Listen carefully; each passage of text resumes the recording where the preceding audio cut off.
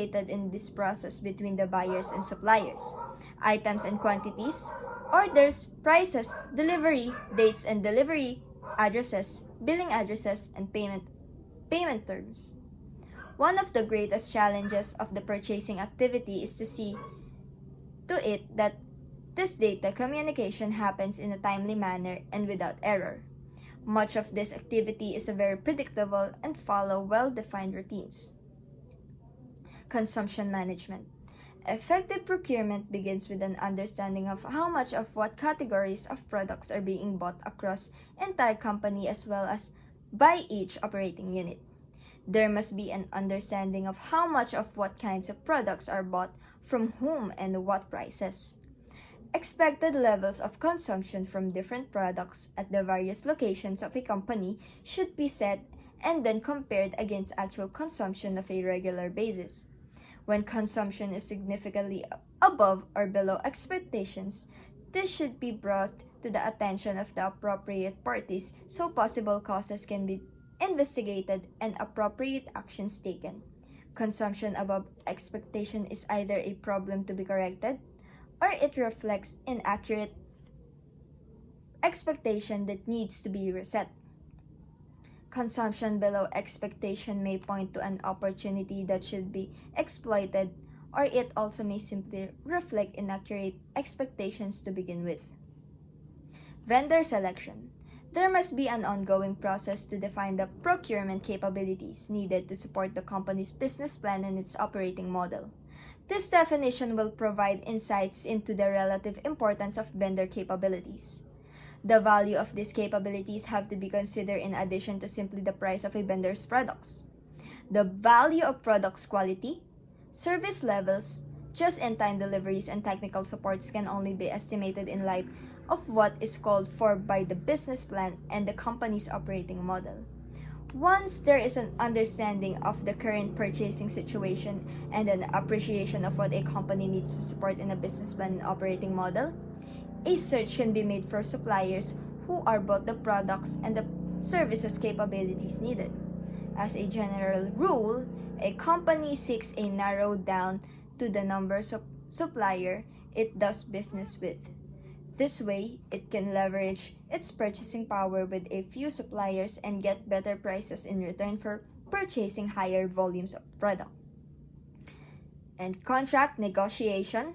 As particular business needs arise, contracts must be negotiated with individual vendors on the preferred vendor list. This is where the specific items, prices, and the service levels are worked out. The simplest negotiations are for contracts to purchase indirect products where suppliers are selected on the basis of lowest price. The most complex negotiations are for contracts to purchase direct materials that must exacting quality requirements and where high service levels and technical supports are needed. Increasingly, though, even negotiating for purchase of indirect items such as office supplies and janitorial products are becoming more complicated because they fall within a company's overall business plan to gain greater efficiencies in purchasing and inventory management. Suppliers of both direct and indirect products need a common set of capabilities. Gaining greater purchasing effectivities requires a suppliers of these products have the capabilities to set electronic connections for purposes of receiving orders, sending delivery notifications, sending invoice, and receiving payments.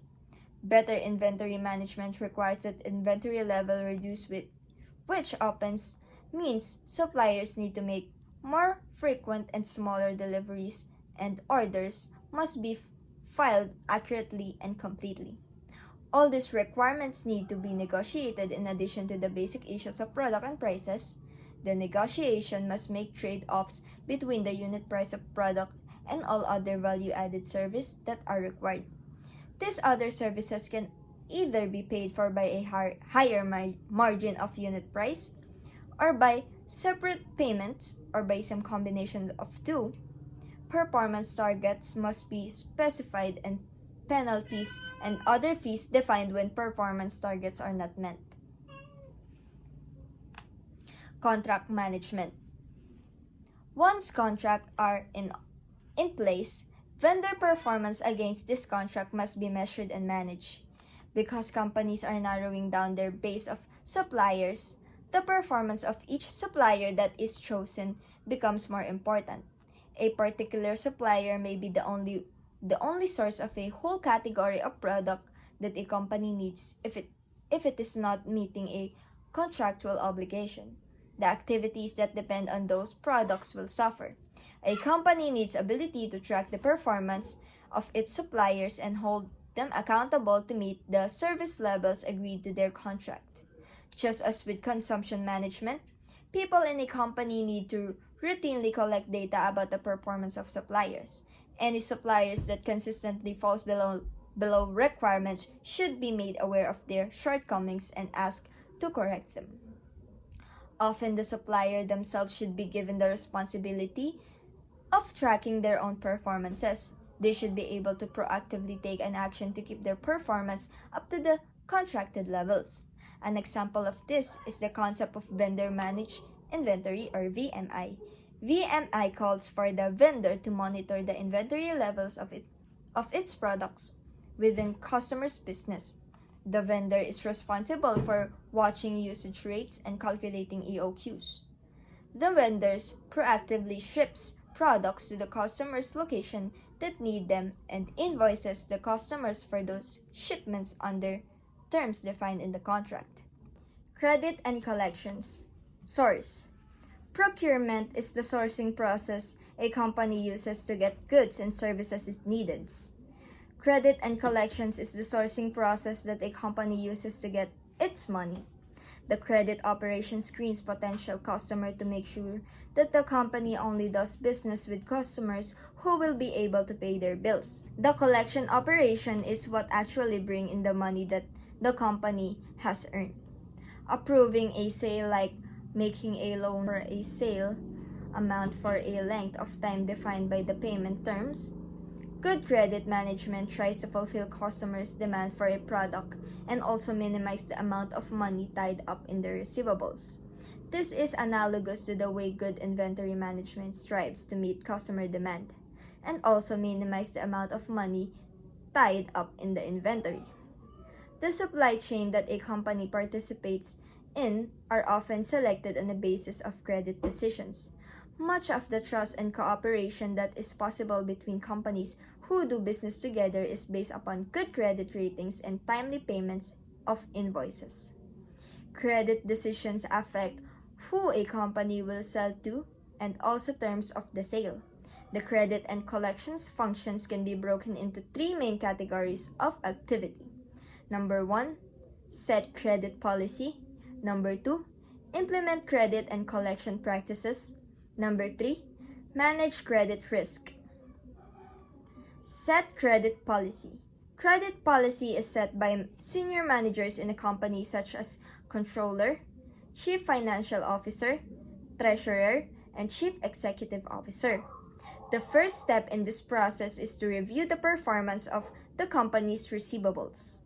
Every company has defined a set of measurements that they use to analyze their receivables, such as day sales outstanding or DSO, percent of receivables past customers' payment terms, and the bad debt write-off amount as percent of sales. What are the trends? Where are the problems? Once management has an understanding of companies' receivable situations and the trends affecting the situations, they can take the next step, which is to set or change risk acceptance criteria to respond to the state of companies' receivables. This criteria should change over time as economic and market conditions evolve. This criteria define the kinds of credit risk that the company will take with different kinds of customers and the payment terms that will be offered. Implement credit and collection practices. These activities involve putting in place and operating the procedures that will carry out and enforce the credit policies of the company. The first major activities in this category is to work with the company's salespeople to approve sales to specific customers. As noted earlier, making a sale is like making a loan for the amount of the sale. Customers often buy from a company because the company extends them larger lines of credits and longer payment terms than its competitors. Credit analysis goes a long way to assure that this loan is only made to customers who will pay it off promptly as called by the terms of the sale. After a sale is made, people in the credit area work with the customers to provide various kinds of service. They work with customers to process products returned and issue credit memos for returned products. They work with customers to resolve disputes and clear up questions by providing copies of contracts, purchase orders, and invoices. The third major activity that is performed is collections. The third major activity that is performed is collections. This is a process that starts with the ongoing maintenance of each customer's accounts payable status. Customers that have past due accounts are contacted and payments are requested. Sometimes new payment terms and schedules are negotiated. The collection activity also includes the work necessary to receive the processed customer payments that can come in variety of different forms. Some customers will wish to pay by electronic funds transfer or EFT. Others will use bank drafts and revolving lines of credit or purchasing cards. If customers are in other countries, there are still other ways that payments can be made, such as international letters of credit. Manage credit risk. The credit function works to help the company take intelligent risk that supports its business plan. What may a bad credit decision from one perspective may be a good business decision from another perspective. If a company wants to gain market share in a certain area, it may make credit decisions that help it to do so. Credit people work with their other people in their business to find innovative ways to lower the risk of selling new kinds of customers. Managing risk can be accomplished by creating credit programs that are tailored to needs of customers in certain markets, segments such as high technology companies, startup companies, construction contractors, or customers in foreign countries. Payment terms that are attractive to customers in these market segments can be devised. Credit risk can be lowered by the use of credit insurance, reliance on customer assets, and government loan guarantees for exports. For important customers and particularly large individual sales, people in the credit area work in others in the company to structure special deals just for a single customer. This increases the value that the company can provide to such a customers that can be significant part of securing important new business. Chapter Summary.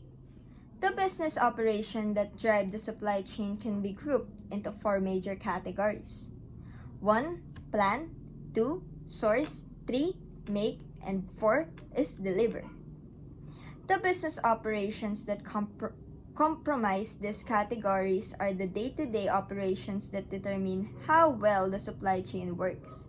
Companies must continually make improvements in this area. Planning refers to all operations needed to plan and organize the operations in the other 3 categories. This includes operations such as demand forecasting, product pricing, and inventory management. Increasingly, it is this planning operation that determines the potential efficiency of the supply chain. Sourcing includes the activity necessary to acquire the inputs to create products or services. This includes operations such as procurement and credit and collection. Both these operations have big impact on efficiency of a supply chain.